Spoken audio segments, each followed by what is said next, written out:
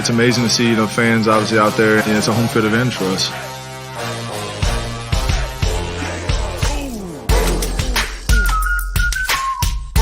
You are now tuned into Homefield Advantage with your hosts, the GM, Justice General Radford, the Caveman, Michael Lisman. Enjoy.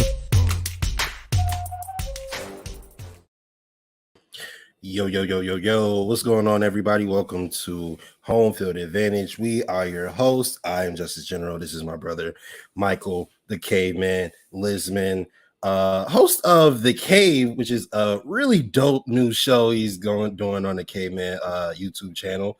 Yeah, my guy, Jake Jordan, on this week, and he beat my score by 10 freaking points. All right, so I have to let Caveman, at least fill out like the top 5 or the top 10, whatever, and then I'm gonna be back on, and I'm gonna take my title back because I had it for a week because I was the first one to do it. Oh my goodness, what's going on, Caveman? How you doing, bro? You are muted, by the way, brother. What's going on, Scott? You still muted, bro. Oh, that's what you were telling me. I'm like, what did he say? I asked him 3 times, what'd you say? I'm like, oh shit, what's going on, man? I'm so excited to be talking football with you tonight. I appreciate you bringing up the Cave, man. It's definitely a lot of fun. I had so much fun with both you and Jake. I'm looking forward to having more guests on, having them compete with you guys. That's really like the golden segment that I think that's really going to gain traction for the show, so I hope it really goes well. But anyway, the whole concept is dope as hell, bro. That section is just icing on the cake. Thank you, I appreciate it. I put a lot of thought into it, so you giving me that the props for it. I appreciate it a lot. Absolutely, I know hard work when I see it, so definitely gonna point it out. But how you doing tonight, bro? I'm doing well, man. I'm excited. There's a lot. Well, I won't say a lot, but there was some news that to talk about. I feel like every Wednesday or like Tuesday or Wednesday, we're spoon-fed some news to talk about. I feel like there's always something that happens around this time. And thank God, because this offseason could get bland. But we'll figure it out. We always have something to talk about. Absolutely. We always have something to talk about. We always figure out something to talk about because we actually have the benefit of having one of the best teams in the league. And we're not just talking about, what like 2023 be like if we do good in this year's draft. You know what I mean? Like, we get to say, like, really doesn't matter who we pick in the draft. Of course, we want a good player, but we're going to be like a contender either way. So what's going on with my boy 2 Chainz in the comments section? That is Bill's Mafia family right there, member of the Buffalo FAMbase. This is not Justice for All, Andrew, so no hot take. But I mean, unless you got a hot take, K, man, you trying to give us one? Does it got the train noises? Like, what I'm saying? I mean, I could definitely come up with something. Like, if my mind gets cooking throughout the show, I'll definitely come up with something. Oh, okay. See, on Justice for All, the way it works is when you hear a train noise, the person that's talking has to give a hot take, right? Actually, technically, I was talking, so I would have to give it. You know what? just for you, Andrew, I'll give you a hot take. My hot take is since we're doing trade rumors today, I'm gonna say my hot take is that Adebo Samuel becomes a Green Bay Packer. I mean, if I'm gonna put something out into the universe, I would want it to either be the Bills or an NFC team. Don't want that boy in the AFC. Damn sure not in the AFC West. They got enough people over there, enough targets. They don't need anybody else because I can see the Broncos going to like. So definitely don't want anything like that. So that is my hot take. Yes, Mr. Sawiki. Breen did drop some very interesting comments today. We can actually go over that as well today. So today we're doing trade rumors, guys. Trade rumors. Not only that, we'll talk about the press conferences and everything that happened there. And then we also got a game for you guys. My man Caveman came up with it. Great idea, if you ask me. We're going to take some of your favorite, travel guys in the NFL. That journeyman is the word I was looking for. Some of your favorite journeymen in the NFL, i.e. Ryan Fitzpatrick, Brandon Cooks, guys like that. And we're going to rank them based on the teams that they played for. So, for instance, your Ryan Fitzpatrick, you're probably going to rank him very high as a Dolphin or as a Bill, obviously because he performed best with those teams. And we're going to rank their talent level based on the team they played for. So first of all, we have to get into these trade rumors, right? There was a big trade rumor that came out today. One of the best wide receivers in the NFL, one of the best football players in the NFL. I don't really feel comfortable calling him a wide receiver, even though that's what he wants to be, apparently, allegedly, according to sources. Swiss Army knife. I mean, there's nothing wrong with being a Swiss Army knife, but I guess the whole thing is he doesn't get paid like they're trying not to pay him like a wide receiver, which is absolutely asinine. And if the 49ers thought they were getting away with that, then they don't deserve to have him, if you ask me. But Deebo Samuel, he requested a trade from San Francisco today. Actually, he requested it last week per Ian Rappaport and a few other of those NFL insiders. So it went public today. If you asked me, I would have said the 49ers were the best team in the NFC.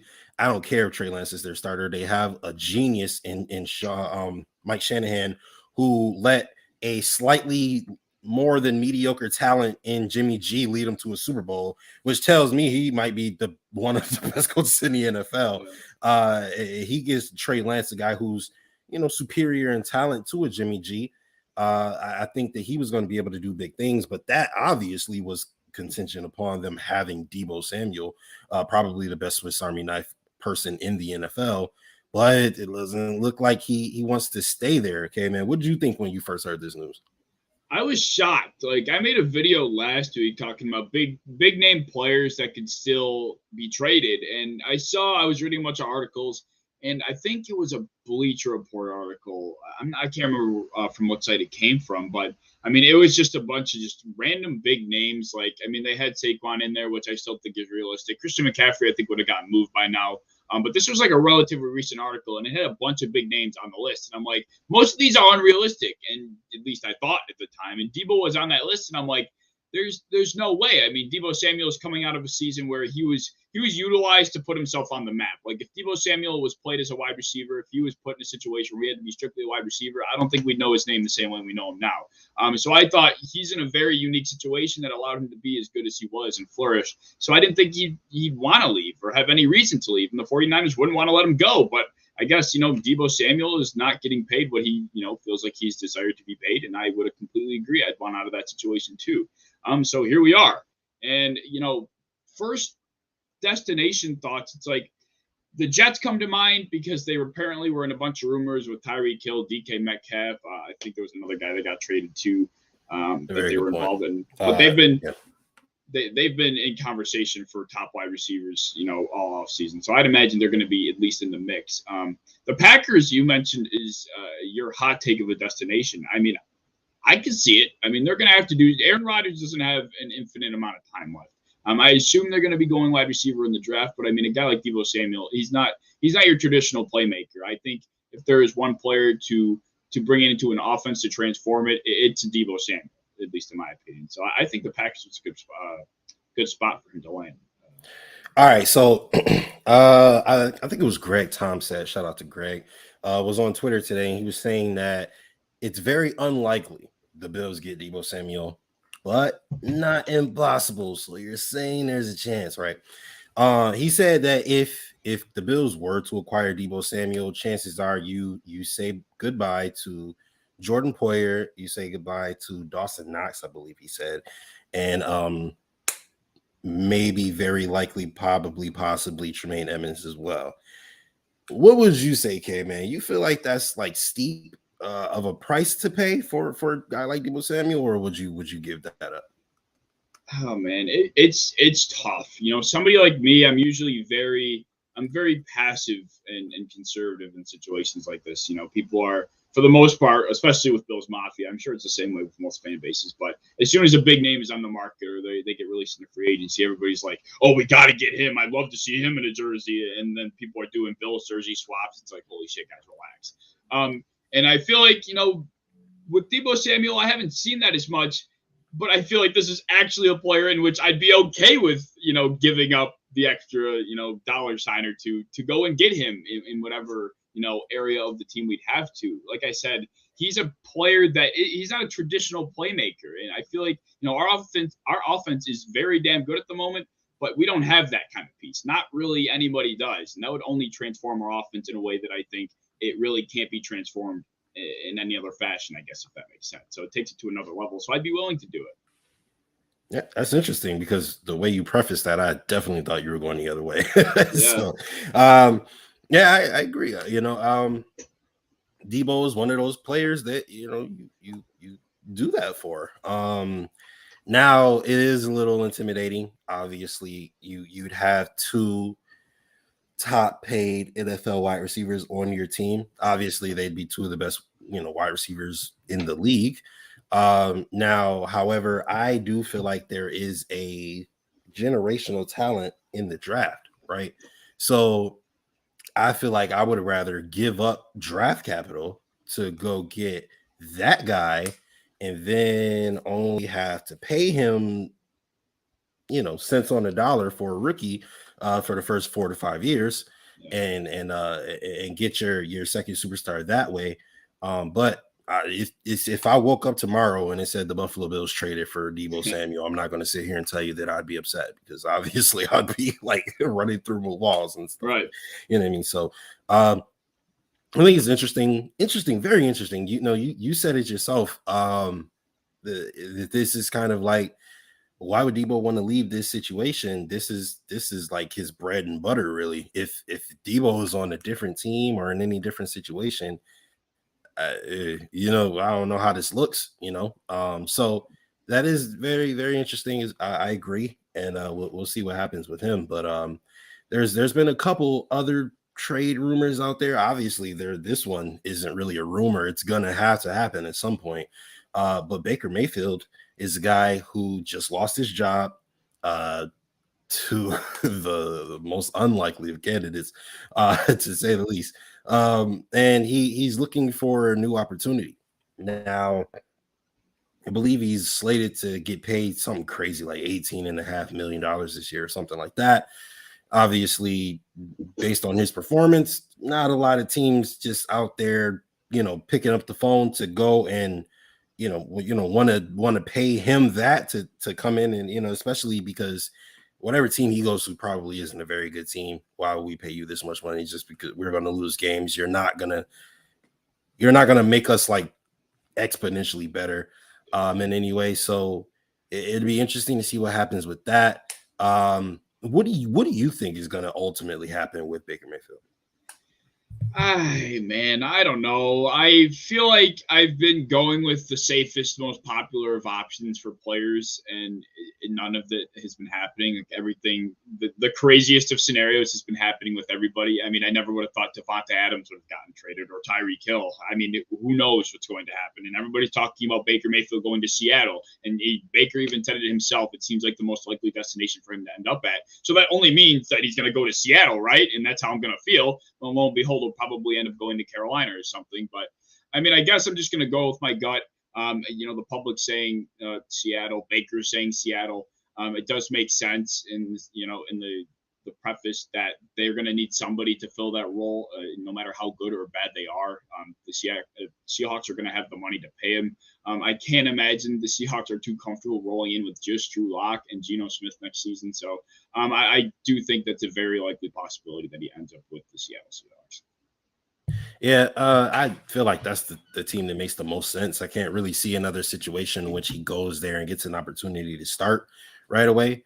Definitely not a situation he gets to go to and start and be on a playoff / championship contender, because in the AFC, at the very least, in order to be a playoff contender, you have to be somewhat of a championship contender. And in the NFC, I mean, there might be some garbage teams to sneak in. We'll see what happens. But I don't think there's any fringe playoff teams that are like, yeah, let's go get Baker Mayfield, right? So we'll see what happens with Baker. I had the pleasure of being on 96.5 WUFO the other night, and I said it there. I was just like, Baker he made his bed, man. You got to lie in it, bro. You came into the league talking hot, bro. Hot-ish, bro. Like, I mean, like, yeah. And situations where Duke Johnson, he had his situation, his contract situation. Baker says something like, if you're not on this train, get off the train, or it's going to leave without you. Something to that effect. And it's like, bro, that man is trying to feed his family. That man is trying to get what he feels he's valued. And you trying to blast him in the media like that. And then as soon as you're inconvenienced for a player that is much better than you, for a guy who has probably 4 to 5 times your talent, you throw in a tantrum like a baby. Even when they thought they couldn't get Deshaun Watson, he was throwing a tantrum, right? There was one situation. Let's say they were in on a Deshaun Watson sweepstakes, right? And then they were told no. And then reports where Baker Mayfield was upset. Baker Mayfield wants to be traded. And they were like, we're not trading Baker Mayfield, right? And then, boom, they got Deshaun Watson. And then it was like, oh, okay, yeah, we'll trade you. But nobody wants you. So, it's kind of like, bro, you talking all that trash, but, if you live in a glass house, do not throw rocks, bro. You look at Tua Tagovailoa over there in Miami.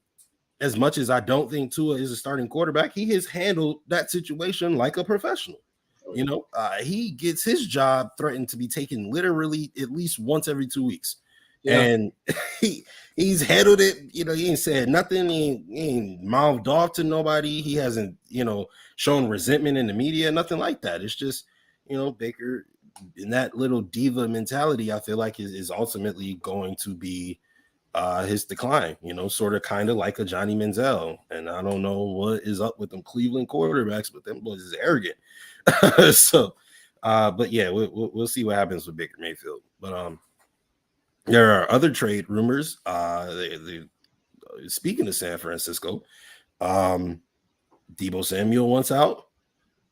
Jimmy G, I don't know what they want to do with him, but that boy is scheduled to make like $25 million. I'd rather give Deebo $25 million than Jimmy G, but we'll see what happens. What do you see happening in the Jimmy G situation? Jimmy Garoppolo, I feel like, this doesn't really answer the question because it's not one individual prediction, but I see 3 different avenues for Jimmy Garoppolo, and neither of them end with him being on the 49ers by season's end. The first one is he gets moved out of San Francisco before the draft, and I think it would be to the Carolina Panthers. They need a quarterback if they feel, very uncomfortable with Sam Darnold. As the draft starts to roll around, they don't feel comfortable enough with anybody in the draft. Jimmy Garoppolo is pretty much almost the only option out there at the moment. I could see them taking a chance with him. What was the second option? I got to remember. The second avenue.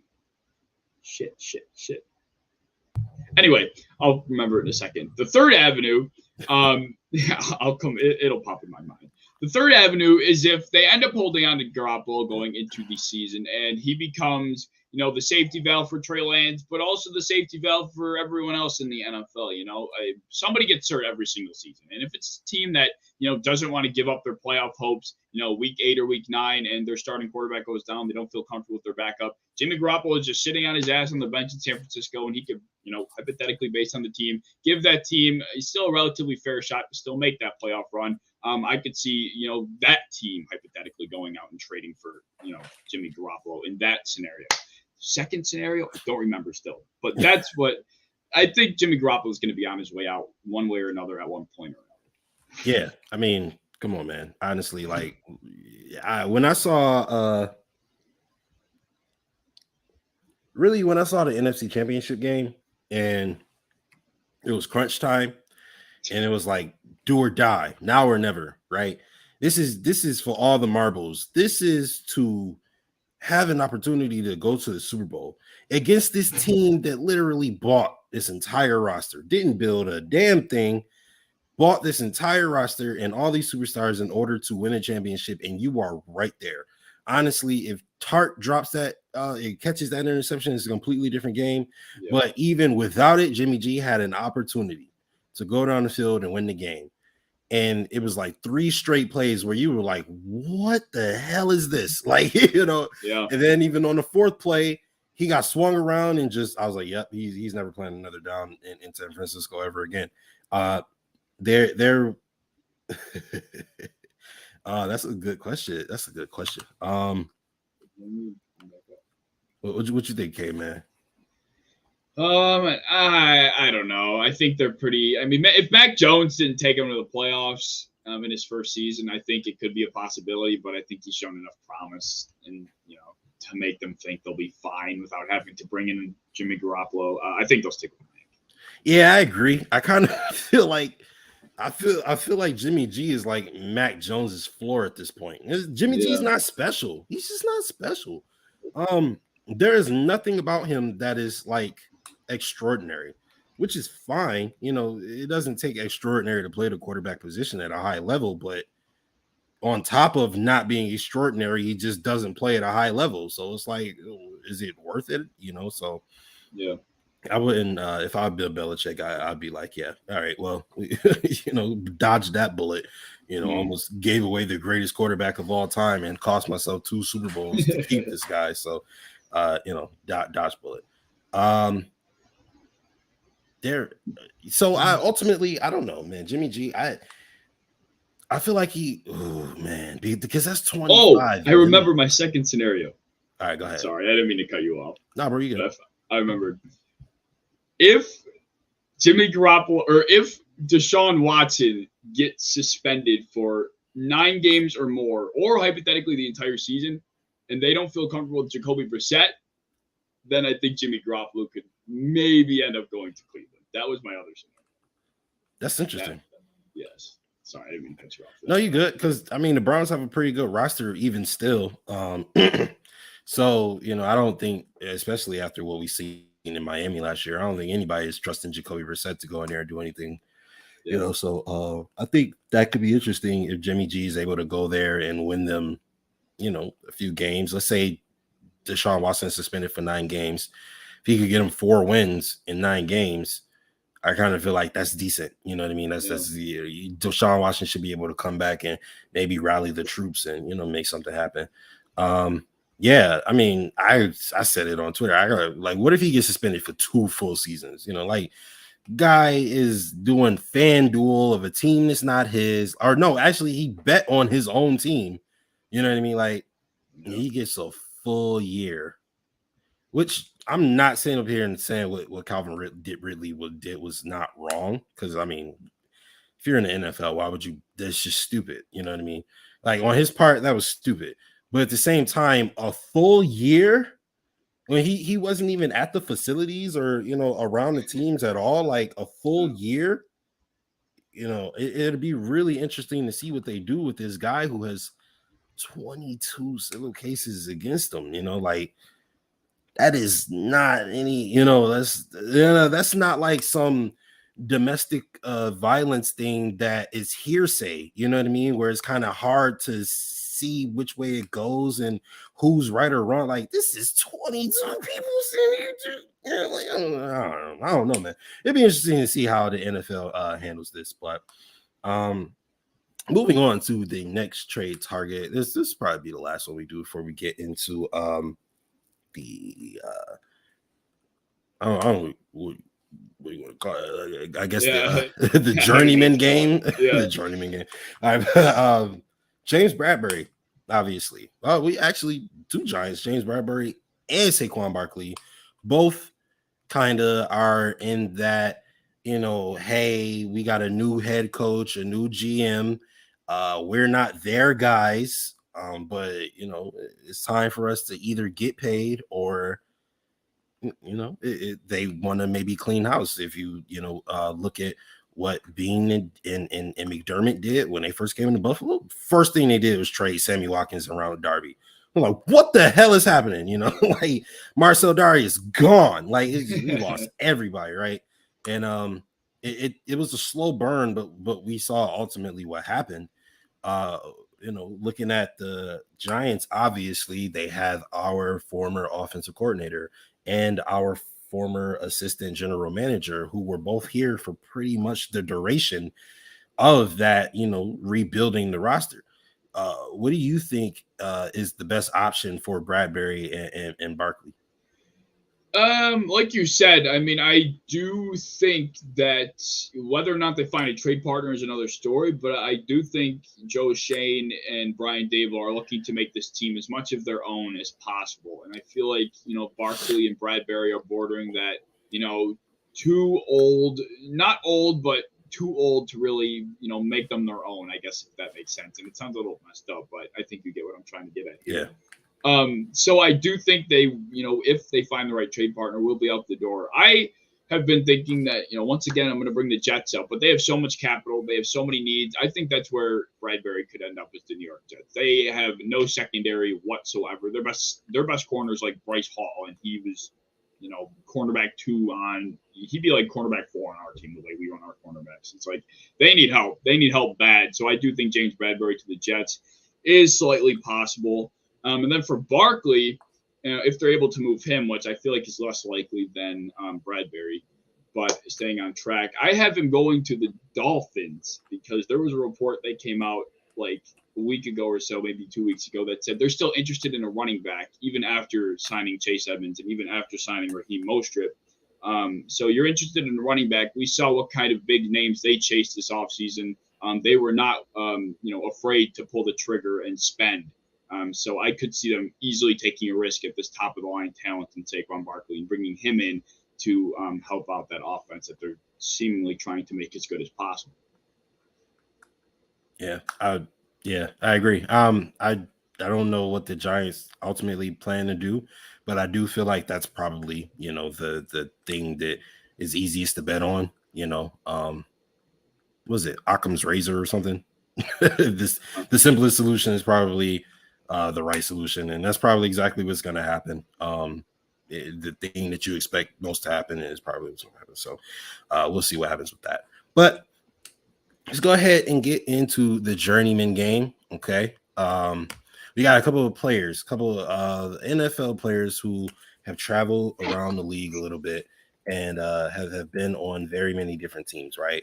So we're going to take the full amount of teams that they played for, and we're going to rank how they were on each team for their career. So first off, we have to start with the ultimate journeyman, maybe the best journeyman player.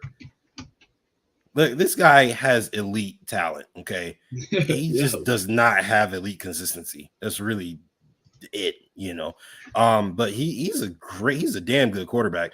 Ryan Fitzpatrick, the Harvard man himself, he has played for a slew of teams. We got 1, 2, 3, 4, 5, 6, 7, 8, 9 teams for Ryan Fitzpatrick.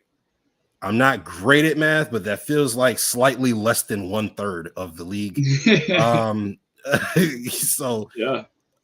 Man. All right. So okay, we got the Rams, the Bengals, the Bills, the Titans, the Texans, Jets, Buccaneers, Dolphins, and Commanders, of course, his current team. So just running off a few things for people to get their head around before we complete this task. His highest graded season was in 2018 with the Tampa Bay Buccaneers. He had a 100 rating as a quarterback. In 2015 with the New York Jets, he had his most passing yards, which was 3,900 yards in a single season. That season, he also had his most touchdown passes at 31. He also had 15 INTs, which that's not even, oh, wow. That just barely breaks the top 5 in terms of his career. All right, so not great INT numbers all throughout, but it is looking at, actually, let me see if I can share my screen so you guys can see this as well. I'm trying to think of this too. All right, so can you guys see this? Holy shit. All right. This is what Ryan Fitzpatrick's career stats look like.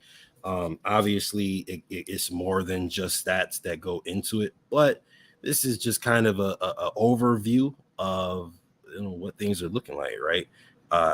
We got completion percentage, we got the amount of yards. He was obviously injured this year. touchdowns and INTs in rating, right? So let's go 9 teams. All right, let's go from 9 to 1. Okay, what was the team he ranked dead last as a quarterback in? I think that's Gotta be the Rams, right? Yeah, that's what I was gonna say. I think it's fair to say the Rams. Rookie season, 777 yards, 4 touchdowns, 8 INTs. Looks to be the worst rating of his career up until this past season where he was injured. So at dead last, we're going the Rams. At the number 8 spot, it looks like it's looking like the Buccaneers. Nope, Bengals. Yeah, I'd say the Bengals. The Bucks, the sample size I feel like is smaller. Does it say how many games he played? No, but he does have this 100 rating with the Buccaneers, where he threw for 2,300 yards, 17 touchdowns. So I do feel like this Bengals year, he had 2 seasons, didn't play his first season. Second season, 59.4% completion percentage, less than 2,000 yards passing, more INTs than touchdowns, and then 70 quarterback rating. So that I think that's going to be a fair number 8 spot right there. For the number 7 slot, I don't think it's the Bills. I feel like he had a pretty good run with the Bills. Numbers look okay with the Titans, not great, but they look better with the Texans. They look better with the Jets.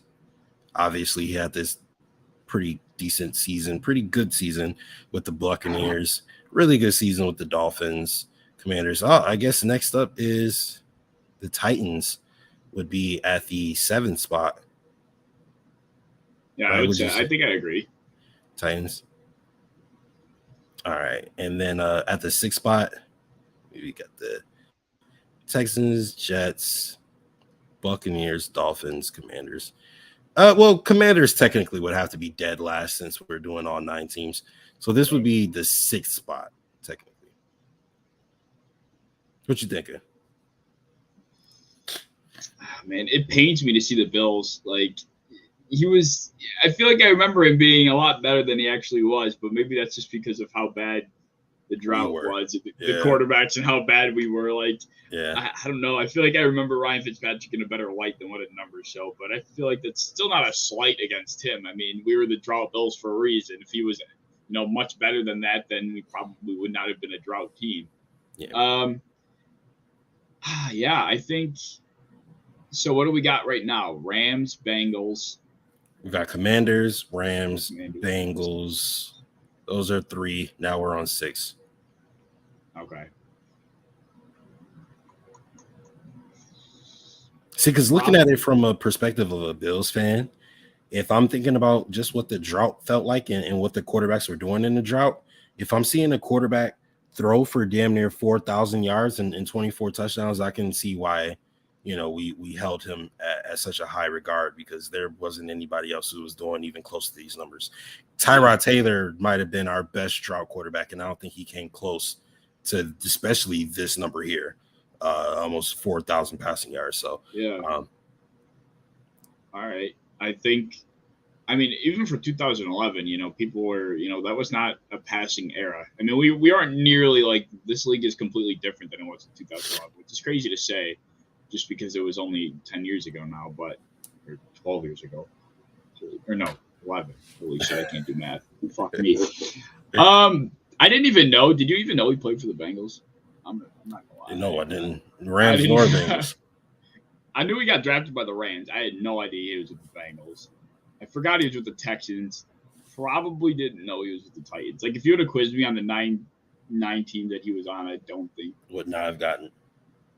No, not a chance. I'm probably gonna put Jets at 6 then, right? Did we have the Jets yet? No, we didn't. Jets at 6. Jets have not all gone on there yet. He did have his most passing yards, touchdown, INT ratios. Well, this was pretty good season. Pretty good season. It definitely was I think that's the year all of his career highs happened, right? 31 touchdowns. I don't think he even came close to that. Yeah. Almost 4,000 yards again. Yeah, that's his most passing yards as well. Only 15 picks. That's pretty good for Ryan Fitzpatrick. Holy shit. For real. Yeah, I would put Jets there, but I feel like that's also because I feel like he played a lot more with the Jets than he did in comparison to any other team aside from the Bills. Like he really didn't have a starting gig with any other team here other than the Bills. Like he started for the Jets in his career high season. He then followed up starting for them as well. The Bucks he stepped in, I believe. Yep. Dolphins he stepped in. Well, he started 1 year for the Dolphins. And that was the year after that. Holy shit, this guy's been playing for freaking holy shit. I'm trying to remember every single season. It's like the Buccaneers, who did he step in for? Who got hurt? Jameis? Was it Jameis? Why am I thinking Teddy Bridgewater was a Buccaneer? Is that true? I think Teddy Bridgewater was a Jet. He was a Viking, Saint. Yes, Vikings. That's what I'm thinking.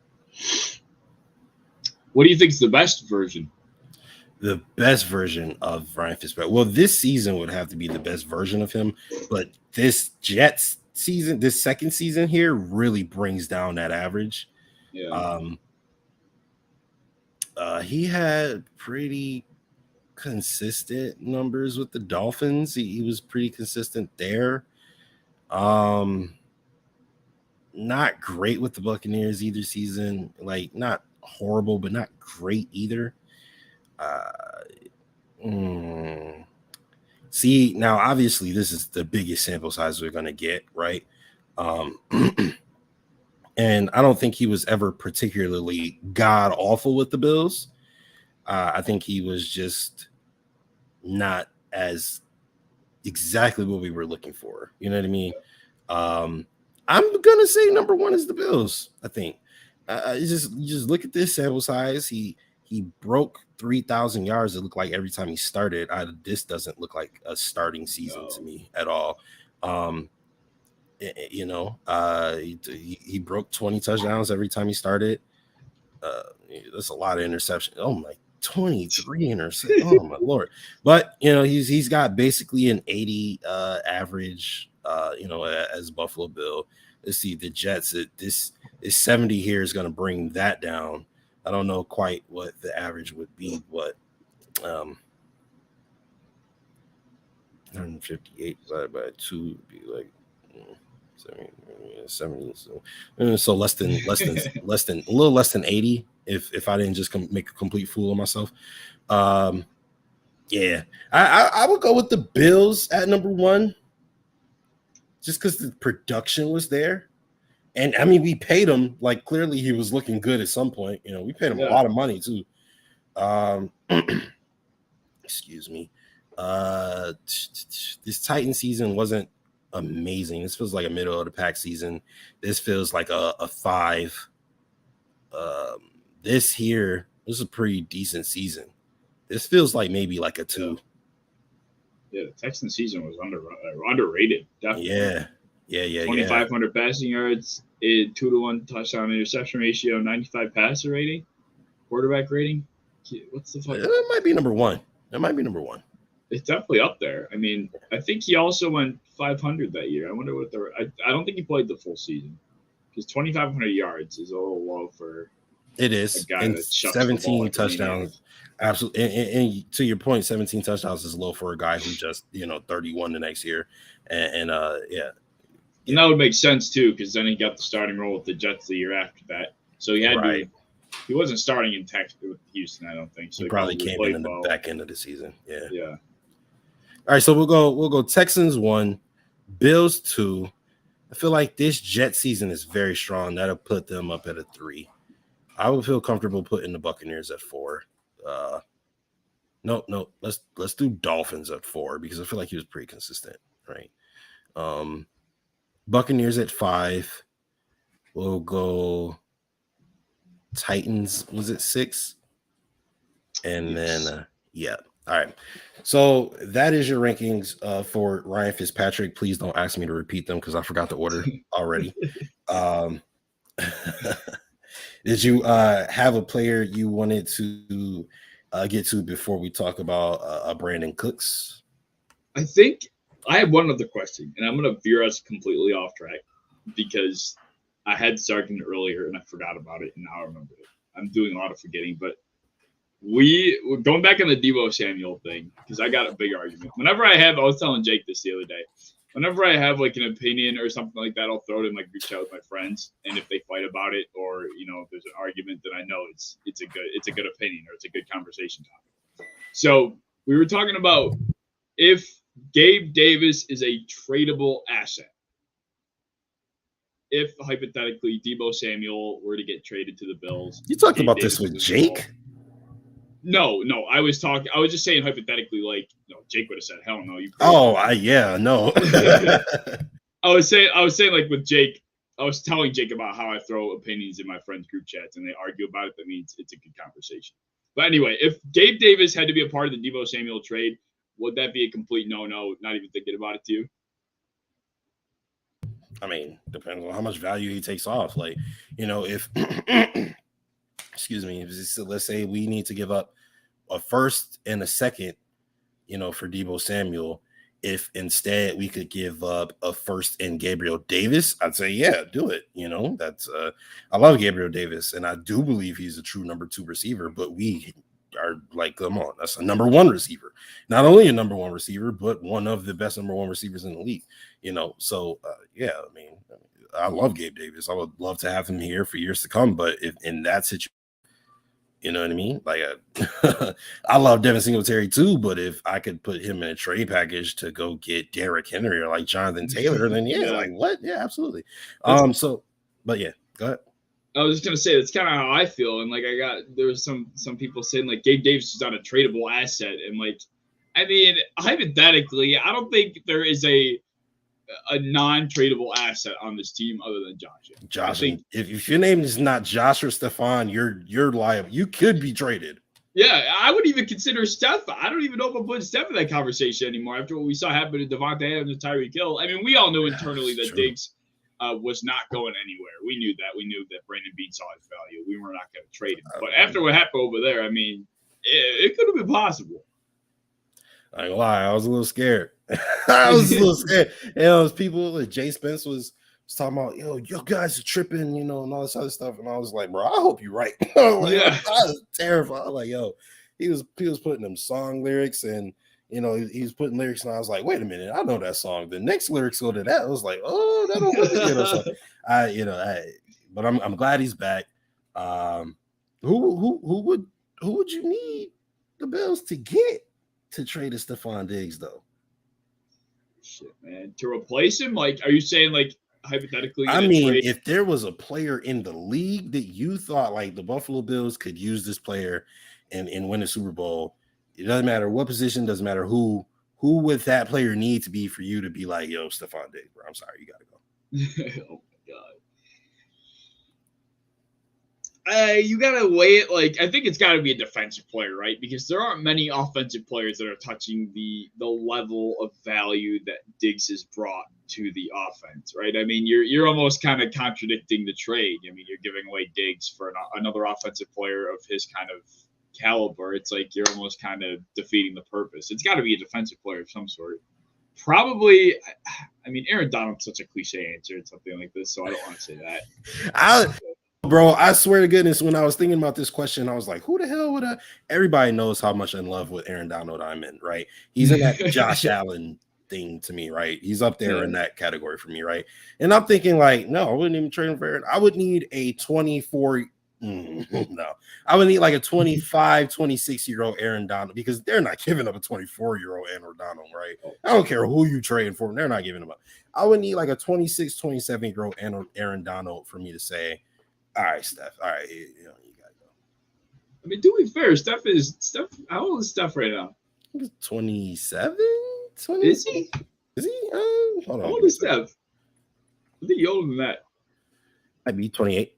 28. He is 28. He is 28. Yes. And he'll be 29 in November. Well, I mean, it's still younger than Aaron Donald. How old is Aaron Donald? He's got to be at least 30. Yeah.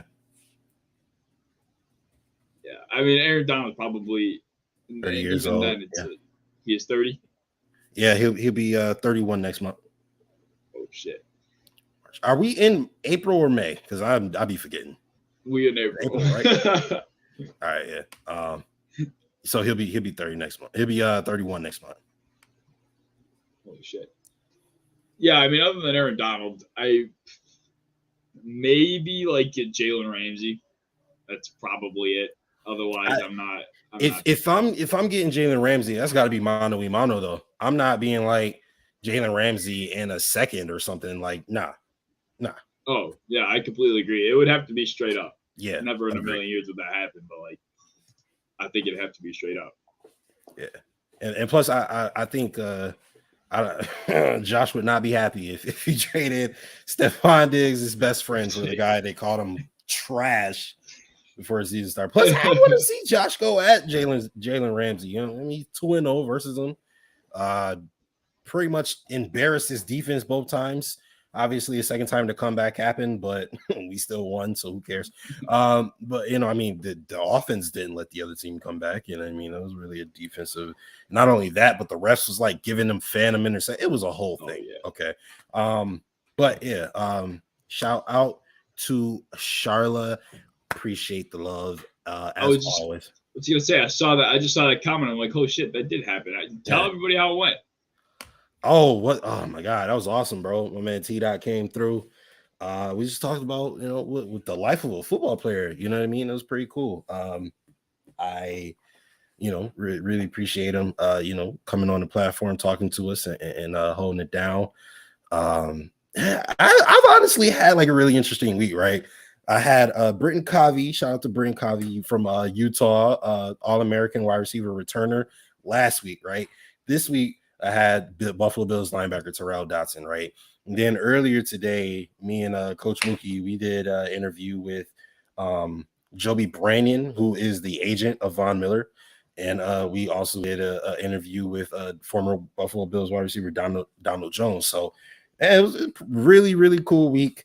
Cool last couple weeks, honestly. And yeah, man, it is a lot of big things going on at the fan base, you know what I mean? So make sure you guys stay tuned in. Stay tuned in for what else we got going on. Also, while we're here, might as well mention that the Bills Mafia draft extravaganza. I guess we don't have a name for it yet, but we are doing. Yeah, we are doing live coverage of the 2022 NFL Draft. Caveman also doing a live coverage on his channel as well, so go check that out as well. But yeah, so make sure you guys tune in to that next Thursday. I've been like running like a chicken with my head chopped off, right? Like, because we had this thing, and I thought the draft was tomorrow, right? So on Tuesday, I'm thinking the draft. Exactly. On Tuesday, I'm thinking the draft is Thursday. I'm like, oh, I got to put this together. And I do all this work yesterday. And then I go and realize that everything is next week. And I'm like, oh, shit. I'm like, at least I did the work. You know what I mean? So, yeah, got over it a little bit early. Jeez, that had to set your week for a friggin'. You would have had the Dotson interview, the Britton Colby interview, you would have had the Donald Jones interview, and then you would have planned that. You did that all in the last 3 days. Pretty much, yeah. That's what I'm saying. You do more shit than anybody in this entire community, man. I've been telling you that. You do some wild shit. Imagine. I can't say that. Never mind. Oh my God, I can't say that. No, I appreciate it. But we get back to the journeyman game. We got Brandon Cook up next, and did you have anybody else that you thought of? I tried. I was thinking. I'm like, I think I've already soiled my thinking. Like Ryan Fitzpatrick's been with 9 different teams, and I'm like, oh, somebody's that only been with 3 teams. He's been with 3 teams. It's not enough teams to try and do that with. Right, Brandon Cooks. I thought he was with more teams. He's only been with 1, 2, 3, 4. So I don't. Yeah, I don't know if anybody's touching Mr. Journeyman himself, Ryan Fitzpatrick, but we'll go ahead and try with the rest of these guys who, stay in the same city and whatnot. But Brandon Cooks was drafted, or at least signed as a rookie. I don't know if he was drafted. I'm not gonna lie to you guys. So like he was selected in the first. He was a first rounder, bro. Okay, he's like 5'10". It says it right there. I didn't know that either. I didn't just read this. Oh wait, is the draft on here? Because I'm gonna feel silly. Yep, selected by the New Orleans Saints in the first round of the 2014. Look at that. This is why you got to learn to read, kids. Okay. All right, but he was drafted in the first round. Thanks again. By the New Orleans Saints in 2014. He played there for 3 seasons, and then he was traded to the Patriots, and everybody was like, "Oh my God, you gave Tom Brady, Brandon Cooks, how stupid are you?" Then they didn't do anything. He got traded away to the Rams, and then he actually had a pretty, successful season with the Rams. Then obviously 2019 wasn't great because then he was traded to the Texans, and he has basically been their only weapon for the last 2 seasons, and he's made the most of it, right? So his career has kind of been like long but short, right? I don't know. I felt like he played more seasons. It feels like he's played more seasons, but it also feels like this is kind of, because I remember when he got traded to the Patriots, and that doesn't seem like that long ago, but yeah, I guess it is. It's been 4 years now. Oh wow. But yeah, anyway, let's go ahead and rank these teams that he has played for, the production that he has given to each NFL team. Let's start from number 4. He's actually been pretty productive in his entire tenure in the NFL. He has only not reached 1,000 yards 2 times in his career, and these both look to be either injuries or just a lack of targets, because these obviously are outliers in this entire chart, or of statistics, right? Only 53 catches is rookie season, and then only 42 catches 2019 with the Rams. So I have to believe that he probably was injured, right? So let's take that into consideration when we consider the rankings here. But at number 4, probably looks like it's going to be, what would you say? The Patriots here? Probably be number 4. Yeah, right. I mean, was that the year do you remember, was that the Super Bowl he played in when he got clocked, like running in a circle or something? Do you remember that? He suffered a concussion. He caught a ball like in midfield, and he did like a circle, and he got clocked for a concussion. I think that's why he missed 2018 or whatever year that was, because he got a concussion. And I remember that dude. 13-3. Oh yeah, they might have went to the Super Bowl that year. He had a bad concussion history. Won conference championship versus Jaguars and lost in the Super Bowl. Yep, you're probably right. But anyway, I probably put Patriots, Brandon Cooks at the bottom. As far as he goes, at the very least, his production isn't as high as it was everywhere else. He didn't break 1,100 yards. He's broken 1,100 yards with every other team he has played for. So just by the value of that, they're probably going to have to put him down there at the Patriots down there at the bottom. He also had the second lowest average output in his career that season. So we'll put the Patriots at number 4. At number 3, wow, he's played so well everywhere he's gone. It's kind of hard to do this. Number 3, I mean, I guess the injury really kind of makes this, vulnerable here. The Rams, his production there, 80 receptions in this season where he did break 1,200 yards. But again, this injury season kind of, makes this a little vulnerable. So would you feel comfortable putting the Rams at number 3, or you think maybe Saints or the Texans? What you think? I agree with the Rams here. Rams. All right, and let's go to maybe his most productive team, right? And then you can make an inference of who's going to be number 2. I mean, 9 touchdowns, 8 touchdowns, 1,100 yards, 84 catches, 78 catches. And you come up here, only 6 touchdowns, 1,100. 1,000. I don't know. Who would you put number 1? Texans or Saints? Well, I think it's hard because the Saints is that's the prime of his career, if you will. That's where he really broke out and made a name for himself. He was very good with Drew Brees, but I also think like you're over here with the Houston Texans putting up 1,100 and 1,000 yards with. Who was their? I don't even know who their quarterback was. Davis Mills. It was Davis Mills this year. Who the hell was it last year? Why can't I remember jack shit? I think it was Deshaun. Was it Deshaun? I think it was.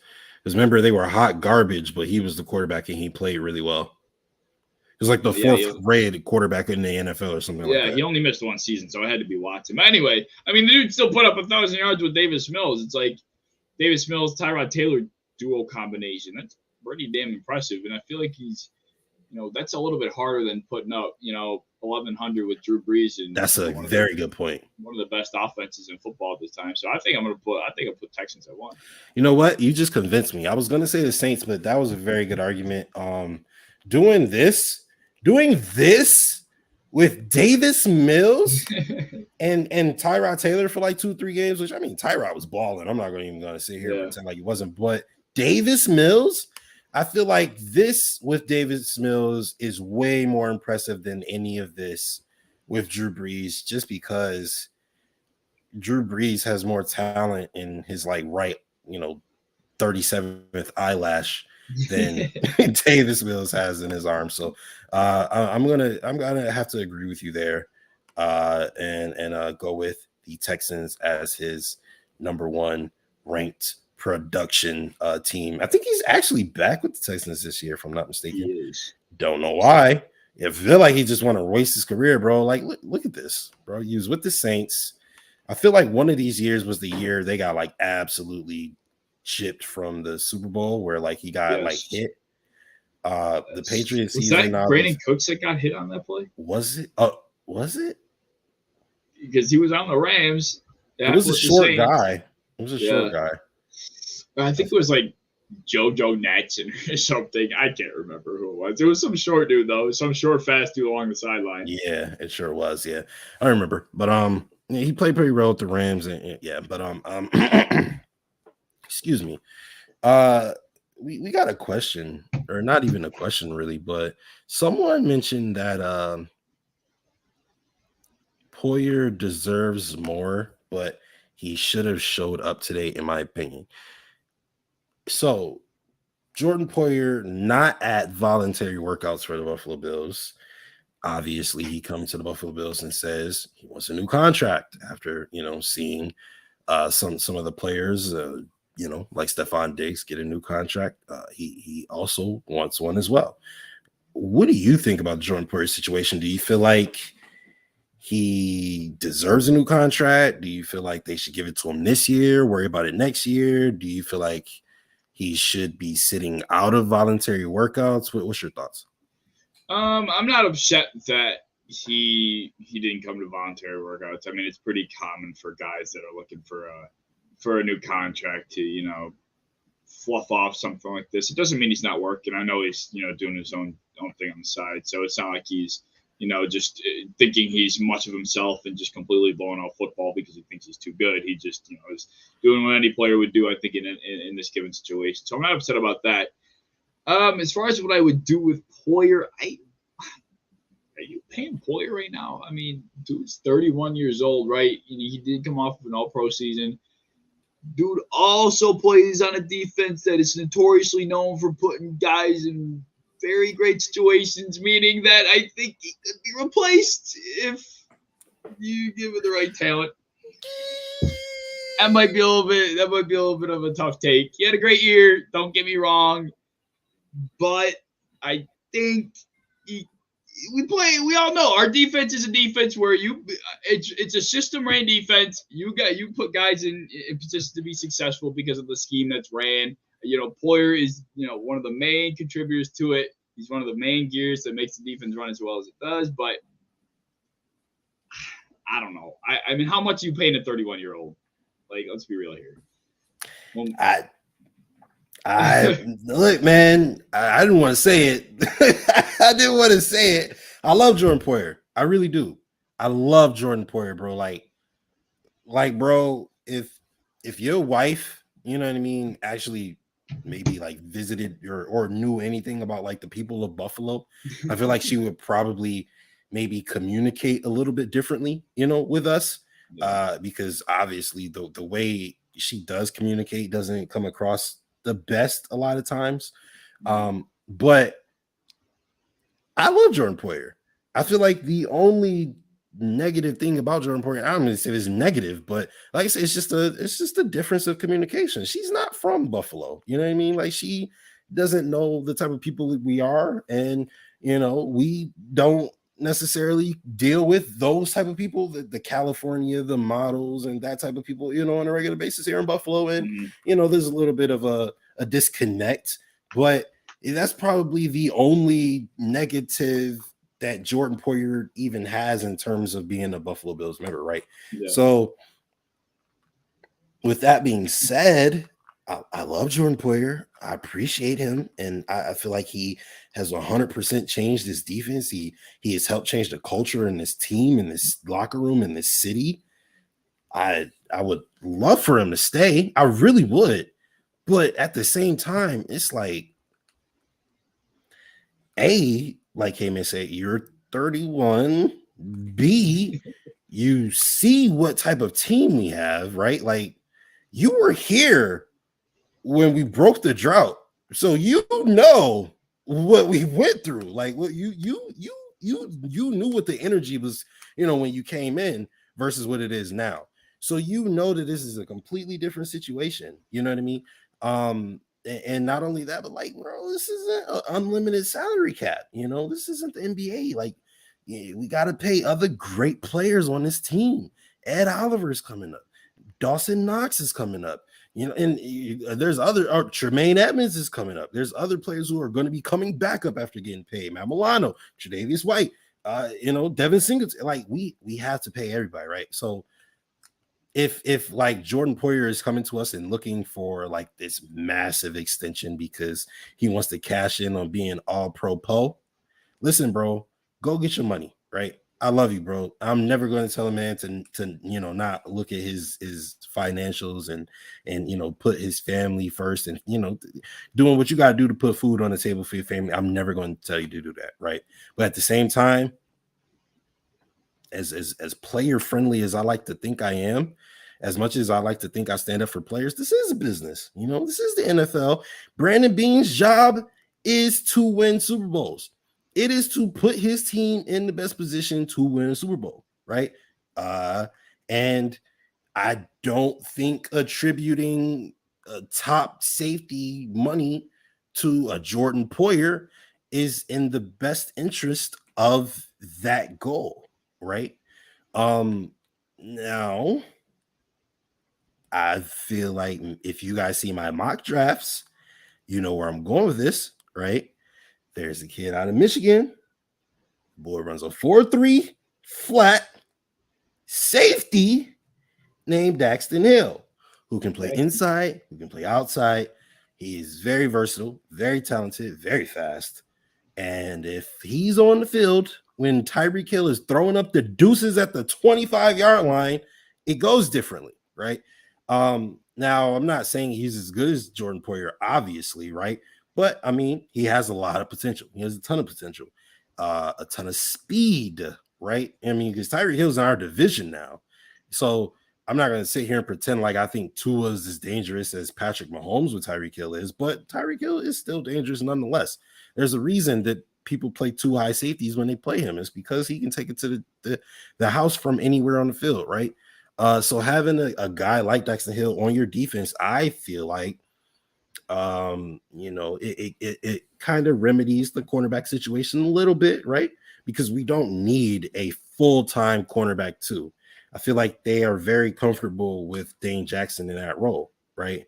Obviously, competition is great. Bring in competition. I'm perfectly fine with that. Even in a couple of my mock drafts, I have them going Daxton Hill 1, Roger McCreary 2. Be perfectly fine with that. Give them some competition. But I feel like at the very least, he gives you a guy who can hold down the CB1/CB2 spot until Trey is ready, right?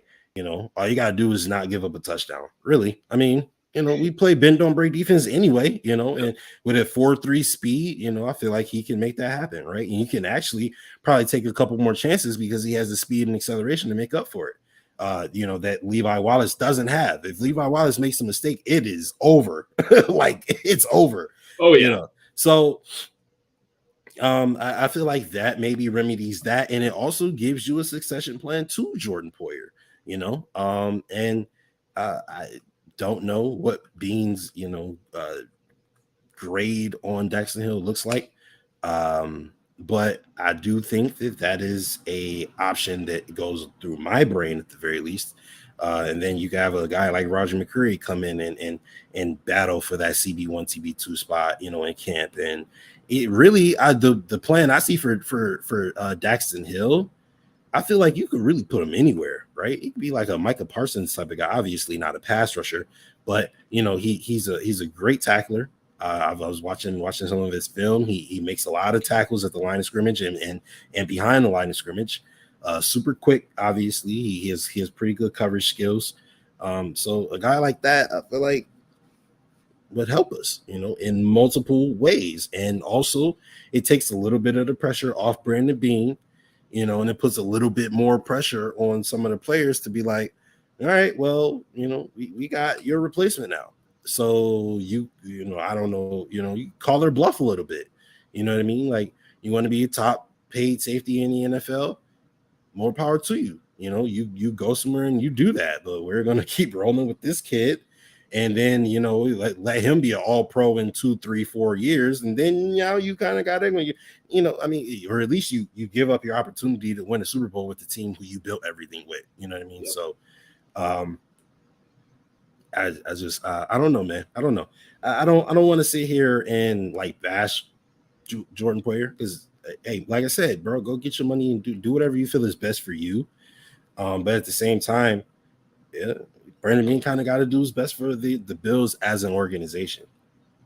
Everyone's got a job to do, at the end of the day. And Brandon Bean's job is to make this roster as well-rounded and prepared as possible. And, you spoke to every sentiment. Allocating that much money to a 31-year-old safety, definitely not the way to go when you're trying to build a long-tenured Super Bowl roster. I mean, Brandon Bean is, through actions made it very clear that he's trying to make this team as good as possible for as long as possible. He's not into the whole gun for one season Super Bowl game plan. He's in it for the long haul. And given one guy at this age, let alone a safety, this kind of money definitely does not fit that template. I wanted to ask you, though, how you'll realize how on topic this is once I get around to it. But how do you value? Do you look at PFF at all? Like, if you're not too sure of a guy, or do you use PFF as a resource, or do you think it's just a complete load of shit? Well, I watch film, so I kind of take all of the mediums that come across me, and I take everything into consideration, right?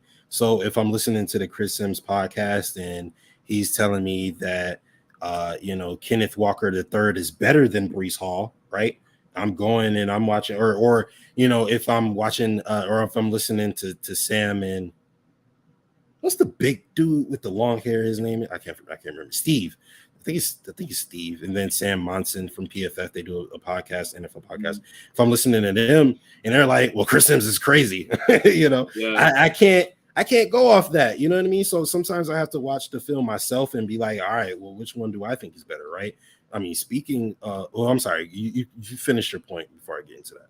I was just going to say, I only ask because someone like myself, if you would have asked me this question like a year and a half, 2 years ago, I'd probably been like, I've seen some shit from PFF that makes me want to throw up in my mouth. Like, I don't know what the hell they talking about. But, at the end of the day, I ain't shit, right? If I'm not a big film watcher. I know guys. I know of how players play. I look at statistics. I don't really do a lot of the film watching part of evaluation. So tying this all together, pretty much what I'm trying to say is Jordan Poyer got a 78.2 grade. Micah Hyde got an 82.3 or something. Honestly, I've always liked Micah Hyde a little bit more, and I know that's weird to say because I love them both, right? They're both high quality safeties to play for my team, but the consensus is almost there, like Jordan Poyer's here and Micah Hyde is like here, right? When I watch it, I'm kind of like, I don't know. I kind of feel like Micah Hyde is a little more reliable. Micah Hyde is a little bit of a better safety valve, safety blanket type of guy, right? Yes. I feel like he just makes his windows are just a little bit tighter. You know what I mean? I.e. the playoff game against the New England Patriots, right? Shout out to Greg Thompson again. He made this great video where he talked about arm velocity, and he pointed out that remember the touchdown pass to Emmanuel Sanders in the playoff game, where Josh ripped it from like the 50-yard line, and then there was also the interception that Mac Jones threw.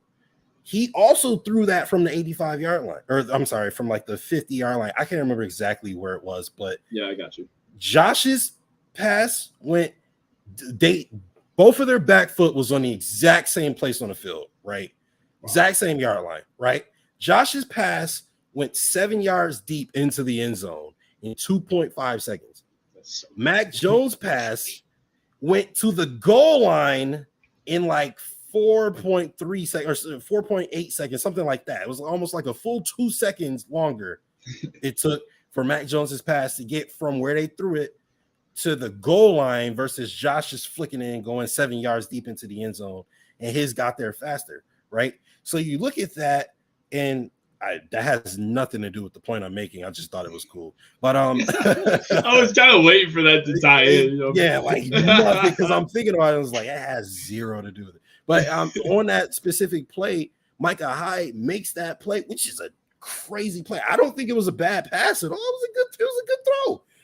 I mean, Mac Jones can only do something with what he has. Like, he can't, have like a cannon for an arm, or it's like a booster, in the middle of the game, or anything. This isn't a video game. You know what I mean? You don't get the X factor.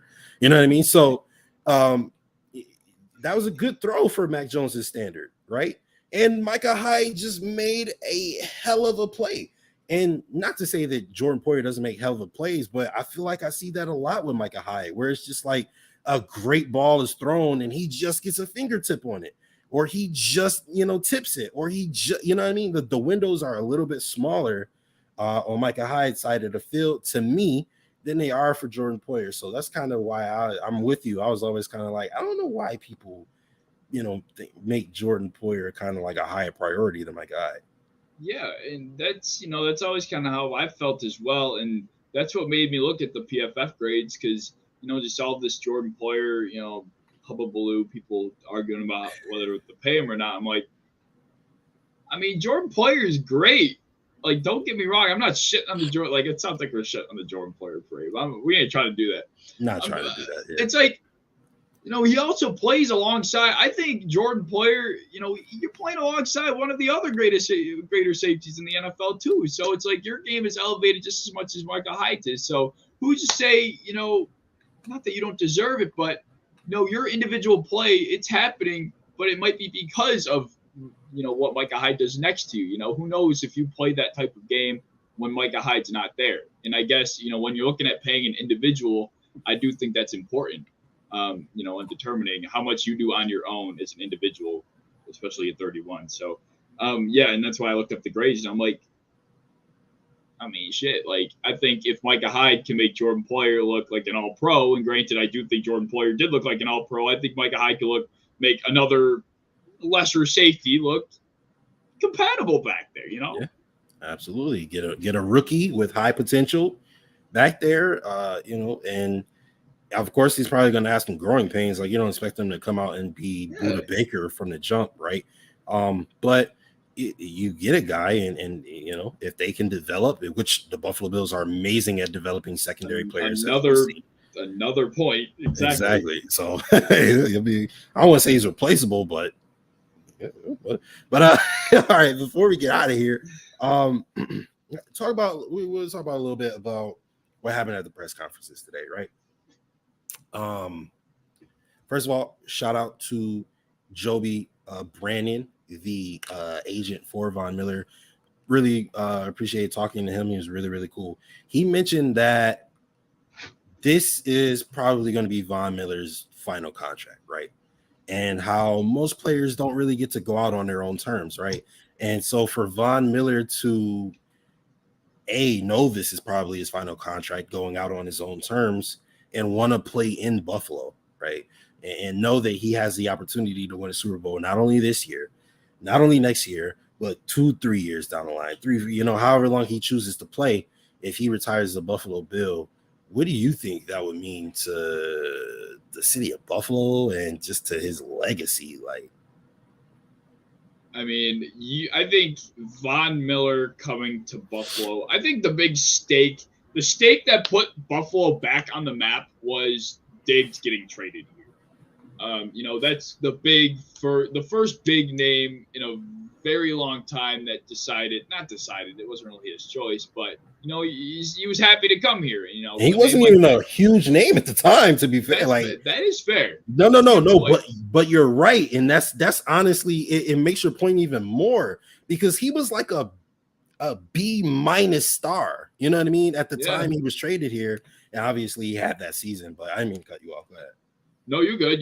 And honestly right. Like, Diggs comes here. Things start to pick up a little bit. We're starting to put a name for ourselves, and I think that Von Miller signing, what it means for the city, it only makes us. It has us speak. How do I want to put this? It speaks for us, I guess. I feel like Buffalo definitely gets a bad rap. Blue collar, dark city, horrible weather, garbage sports teams. At least that's been the consensus for a long time. It's like, you're getting a guy like Von Miller who is going to be a Hall of Famer. You get a guy like Von Miller, it's been one of the greatest in the NFL for who knows how long now. I mean, this dude's been playing at a high level for so long, and he went out of his damn way to decide to come here to Buffalo. Like, I mean, I think there were probably a lot of people out there like, Buffalo, he went there to that dump ass of a city. That's where he wanted to go. It's like, you're damn right that's where he wanted to go. So it's like, Buffalo is definitely getting it's like an ego boost for the city. That it's much deserved.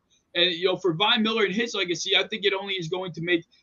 I think he already realizes he made the right decision. But once it's all said and done, I think he's going to be looking back on his career, and he's going to remember these last 3 years as the most fun, the most, whether or not we even go out and win when he's on this roster. I think he's going to look at it, the most fun, the most connection he's had with the fan base, how close he's been with the locker room. Like, I'm speaking a lot for Von Miller here, but just from what at least it's made to seem like from the outside, that's what happens here. And that's just not something that happens everywhere else. And who's to say Von Miller's had that experience? So it means a lot for both sides, and I can't be happy with Von Miller. Hey, bro, to your point, when we were talking to Mr. Brain earlier, he was saying, he was talking to Von, and he was like, one of the things that Von really that enamored him with Buffalo, right? It was he's really close with Stephon Diggs, right? So Stephon Diggs, he asked Stephon Diggs, he was like, "Hey man, do you really like Buffalo as much as you be acting like you do on social media and everything?" and Stephon Diggs really told him about Bills Mafia. He was like, "Is that like a real thing?" He ain't really know, right? Mr. Brain was telling him, he was like, "Hey man, look, if it was up to you, you probably would still be playing football at College Station if you could. The only reason you're still not at Texas A&M is because your eligibility ran out." And Von Miller is like, "Yeah, you're right." You know what I mean? So, this atmosphere is what he thrives in. That family environment. That environment is batshit crazy for their football team. And I feel like this is the environment he thrives in. To your point, another thing that Brandon Beane that was brought up in the pressers today was apparently the Buffalo Bills are comfortable with taking a running back in the first round of the draft, or so they say, right? When I was talking about earlier, as far as I listened to like a Chris Sims. I listened to Around the NFL. That's one of my favorites. I listened to the PFF podcast. I listened to Chris Sims Unbuttoned. Those are the 3 national ones that I listen to, right? Obviously, I listen to all of my guys as well. But those are the 3 that I listen to, right? So if I'm listening to a Chris Sims podcast and he's telling me Kenneth Walker III is better than Breece Hall, I'm like, come on, bro. Like, what are you talking about right now? Like, we all know what Breece Hall can do, right? And then I listen to PFF podcast and they're like, oh yeah, Chris Sims is crazy. He's not even close to what Breece Hall is, right? And then I go and watch the tape and I'm like, oh, shit. He's kind of for real. He's kind of for real. Like, Kenneth is for real. You know what I mean? And the thing about Kenneth Walker is he hasn't had a ton of opportunities to catch passes out of the backfield and be, a wide receiver, or not a wide receiver, but, being a receiving back. Yeah. He most certainly hasn't had as many opportunities as Breece Hall, right? But as a pure runner, Kenneth Walker is better than Breece Hall. I'm gonna let you guys know that, okay? As a pure runner, excuse me, you guys, you don't even have to watch the tape. Go watch the highlights. His highlight video is like 2 times as long, and not only that, but like Breece Hall is kind of like, granted, Breece Hall played for Iowa State. Kenneth Walker, okay, I'm blanking on his school right now, but I think it was Penn State. I could be wrong. But he was running through people, right? The big hips, the Maurice Jones thighs, like just chugging along. You know what I'm saying? Like, no, yeah, he's juking the hell out of people. He's making people miss. He's breaking tackles, and he's running. He's running around the corner and taking it to the house, right? I'm looking at Breece Hall, and obviously the tape is still damn good. Obviously, he's one of the best running back prospects since like Gurley or Ezekiel Elliott or something. They said, or things like Saquon, whatever. Y'all know what I'm saying. But it's not as many plays where it's like, oh, he didn't make that guy miss the same way Kenneth did. Or oh, he didn't break that tackle the same way Kenneth, or he didn't split those defenders the same way Kenneth did, right? He didn't just completely run that guy over. It's a lot more finesse, a lot more, which is still pretty good. And also, like I said, he is phenomenal receiving back, which I feel like would probably suit our team best, only because we barely run the ball. And I don't really know if I want a guy like Kenneth Walker coming to the team and like us having to change up our entire style and, running under center and things like that, right? I kind of like our zone read, our zone run scheme a little bit. You have Josh in the shotgun to be able to see the field and know what is the best, course of action to do with the football. So I like that more than under center. The playoffs traumatized me last year, especially in divisional round, where it was like right after halftime and we ran 3 straight times under center and didn't convert. Like, so stuff like that I don't want to see, right? And I feel like Breece Hall gives you that zone read, that zone run scheme ability, and he also gives you that, being able to come out of the backfield and catch passes, and then having also that 4.3 speed to take it to the house or do whatever he wants with the football, really. But it was a long ass way to ask the question. What do you think? What do you think of Brandon Beane saying that he's comfortable with taking the running back at 25 or in the first round, is what he said? Oh man, you know how I am about this stupid ass conversation, man. I don't know. I definitely am not as close-minded to the idea like I was last year. Last year I would have, probably cut off my 10 toes if we took a running back at 25. Like that's how, or 30. That's how like that said I'm not taking a running back I was back last year. So I'm definitely not that close-minded to it. I'm still at a point where it just is not worth it to me. I mean, there are how many top running backs in the NFL right now that weren't taken in the first round? I mean, there's talent elsewhere, man. And I think that's pretty much the bottom line is there's talent within running backs in other rounds. And, I get it. It's a best player available type of thing. We're not a team that really has a dire need.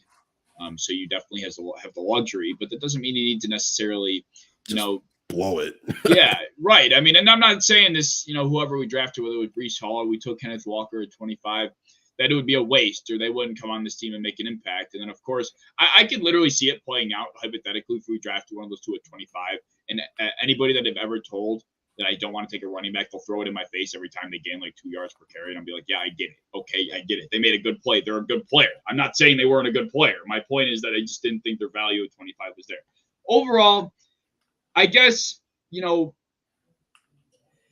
the guy can't run if there's nowhere for him to run. If there's no lane for him to run through, I'm still very hard set in the thought that anybody can play running back so long as there's a hole to run through. Although that's not necessarily true.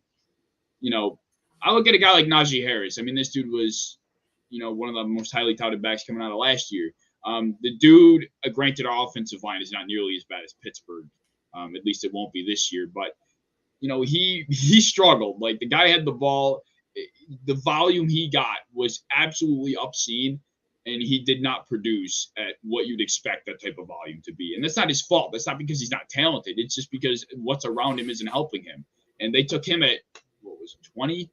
So it's like, I'm not saying that's going to happen with the Bills, but you need to have that kind of return for taking a running back that early in the draft, in my opinion. And I don't think we're going to be getting that, not for our offense. So yeah. No. I have to agree, man. Like, and although there was a good point that was posed that said, people were kind of making fun of like the last team that felt like they didn't have too many needs and took a running back in the first round, which obviously was the Kansas City Chiefs with Clyde Edwards-Helaire, right? But somebody pointed out that if they take Jonathan Taylor instead of Clyde Edwards-Helaire, this conversation is completely different. You know what I mean? So, which is a good point. However, I don't think we need it. We don't need it. I like Devin Singletary, and not only that, but every single mock draft I do has either Bryce Hall or Kenneth Walker available in the second round for the Buffalo Bills. Obviously, the draft is unpredictable and we don't know what will happen, but I would much rather hope that scenario comes true than to just go all in at 25 and hope this guy is Thurman Thomas, Right. So yeah, I don't, and I kind of feel like it's a little bit of a smokescreen. But the thing about Bean is, bro, he's so unpredictable, right? You think something is a smokescreen, and then boom, we draft Josh Allen. Obviously, that worked out for us, but at the time, none of us wanted Josh Allen, and they were like, "Oh, it's a smokescreen," and we were like, "Oh, thank God!" With the 7th overall pick, you know what I'm saying? So, like, you kind of never really know, what'll happen with these guys. But man, it is very unpredictable, and we'll see what happens with the first pick in the NFL draft. Now, for final thoughts, instead of doing final thoughts, because we never really have anything to say. That's true. That is true. Let's say Caveman is the GM of the Buffalo Bills, right? You on April 28th, I think it's April 28th, April 27th, on next Thursday, right? You next Wednesday night, you go to sleep in your bed, right? You all cozy, blankets pulled up and you feeling snuggling and you right. All of a sudden, the next morning, you wake up, right? You rub your eyes, you go to your mirror, you got like diamond floors and golden sinks, and you look in the mirror and you're all in all of his glory, the beautiful Brandon Bean, right? And you thinking like, okay, I got to go into work today and I have to figure out who to draft for the Buffalo Bills. If you had your way, you're Brandon Bean now. You get the final decision, right? It's Freaky Friday, Freaky Thursday, technically. What are you doing with it? Because I'm not even going to say who you're taking. What are you doing with that 25 pick and or other picks? I am looking at positional. I'm going to evaluate the 25th pick. I'm going to look at the, of course, once the board lays out, I'm going to play it by, in the case that you want to look at the Buffalo Bills as a team that doesn't have a dire need, then I think, what about positional value? What matches up on the chart of positional value to need? Where does that line That's meet? exactly what he said. That's funny. I genuinely didn't even. I mean, honestly, this is kind of how the draft should be anyway. But like meeting at that line, where does that line meet the most? Running back, it's like the furthest. Like that line, the need is like here, like probably like a fourth or fifth need on this team, sure. But the positional values like four houses down. Like it's just not here. So that leaves that out. You know, then of course I think the Daxton Hill idea I think is very intriguing to someone like me, depending on what happens with the Jordan Poyer situation. So I think still thinking secondary is where my eyes are going to definitely wander off to. You know, whether it's Daxton Hill or, you know, I know Kyrie Elam, that might be a little bit of a reach at 25 at that point, but, you know, one of those guys in the secondary. I honestly think if a Brandon Bean move would be Nakobe Dean at 25. That would be I feel like that would be such a Brandon Bean thing to do. But this is you in Brandon Bean's head. All right. If it's me and Brandon Bean's head, I'm teetering toward the secondary. And I'm looking for, if there's a cornerback that I feel like is worthy of the 25th pick, I feel like Daxton Hill is going to be there either way. And if there's not a cornerback there that I feel like is worthy of it, I think I go Daxton. All right. So Andrew Booth Jr. slides and he's at 25. Andrew Booth is the choice. Respect. I think Andrew Booth, who's the other Who's the other top safety? There's Sauce Gardner. There's Andrew Booth. There's Derek Singletary. What is his name? Stingley. Yeah, I knew it was something. One other guy. Trent McDuffie. Yep. I think Trent McDuffie and Andrew Booth are automatic at 25. I think that's safe to say. I don't think either of those guys. I think one of those guys have the potential of slipping, not both. But if either of them are there, I think they're automatic choices. I think our range of options is going to be like a Daxton Hill, Nakobe Dean, and then, you know, a Chris Olave. I think we'll be looking in, you know, that kind of. I don't fucking know, man. Jake said it on my show on Monday. He's like, we don't know shit about fuck. I'm like, you know what? The more I think about it, you're right, man. I don't know shit about shit, man. I don't know anymore. It hurts my head. Fuck me. Secondary, for the love of God. We got Brandon Bean in the war room. I don't know. It hurts my head.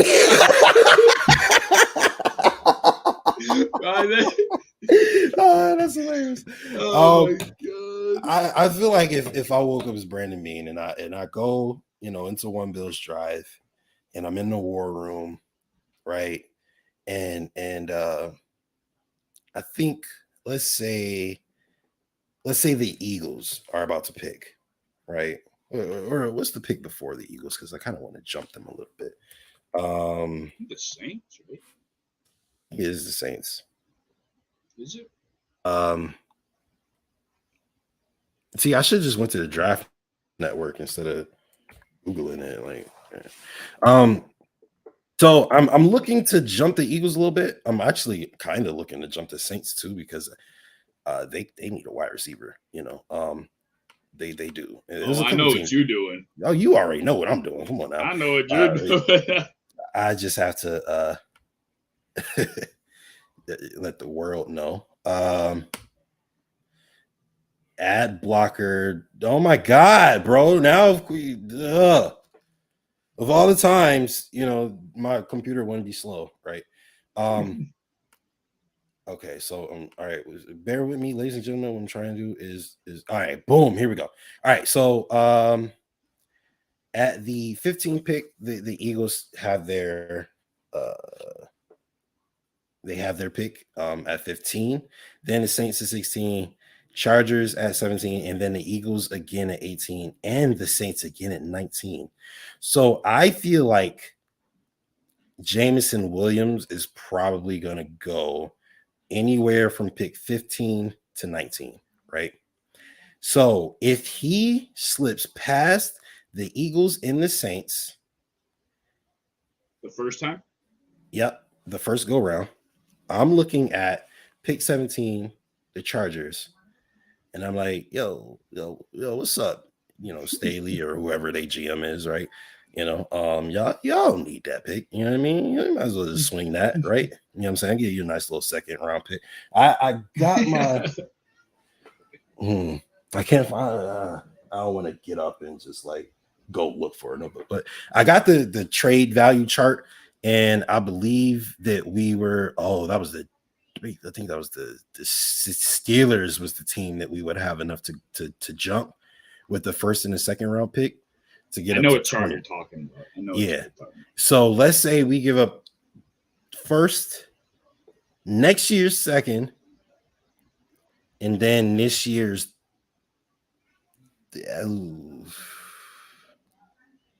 Let's say we give up this year's first.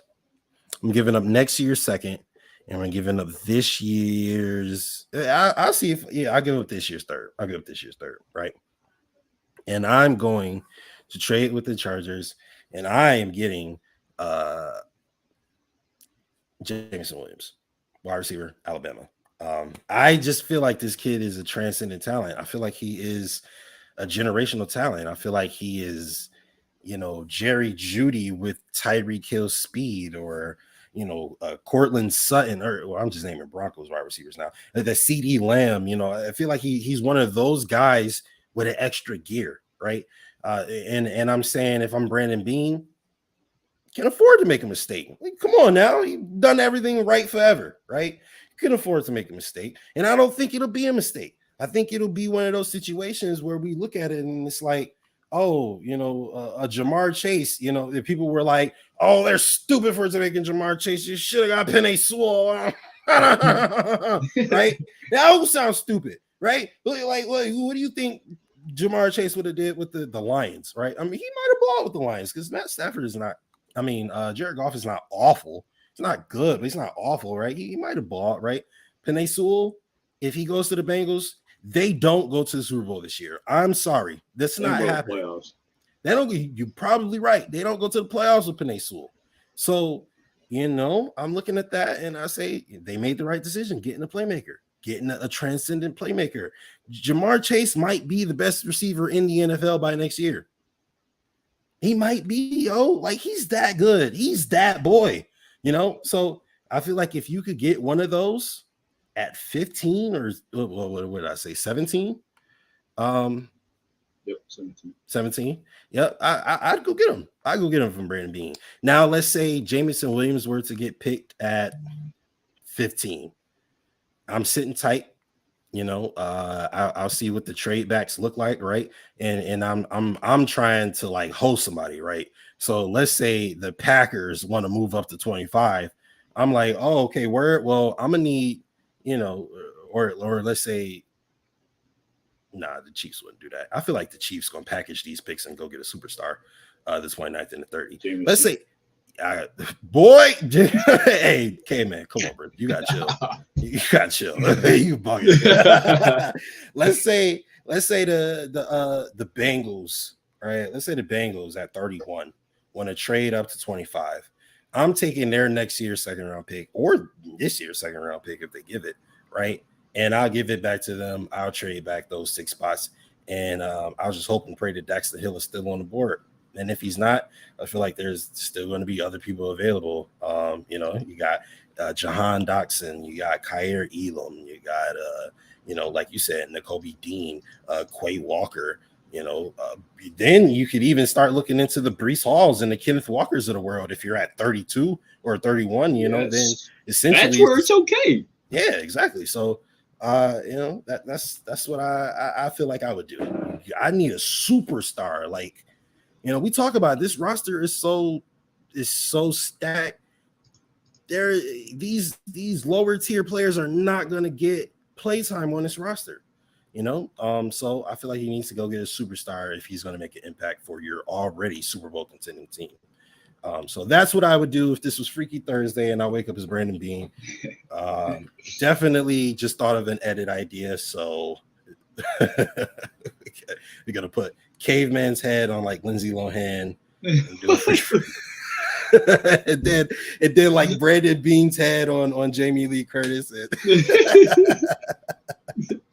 I thought you were being serious, bro. I mean, if I do, well, actually, We'll see. I'm not great with that type of edit yet, but we'll see what happens. If I have some spare time, I might make that happen. But yeah, man. Do you have anything else you want to add before we go out of here? I said we was getting out of here like 20 minutes ago. I think I'm good, man. We've had very, very solid conversations. I'm not Absolutely. Sure. It was a great show. And it was only 2 of us today, so that was a dope show.